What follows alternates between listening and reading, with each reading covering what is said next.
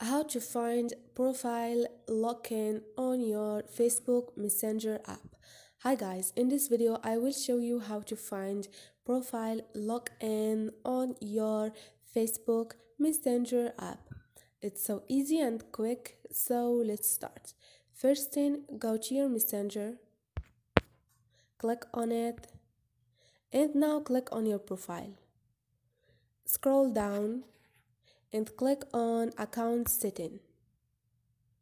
Wait a second, and now you're gonna have privacy, which is control how we organize you in photos and videos. And you're gonna find the first option, which is profile lock-in. Limit who can see your photo, posts, and more in one step. Click on it, and this is it. Hope this video was helpful to you. And if you liked the video, don't forget to subscribe and like.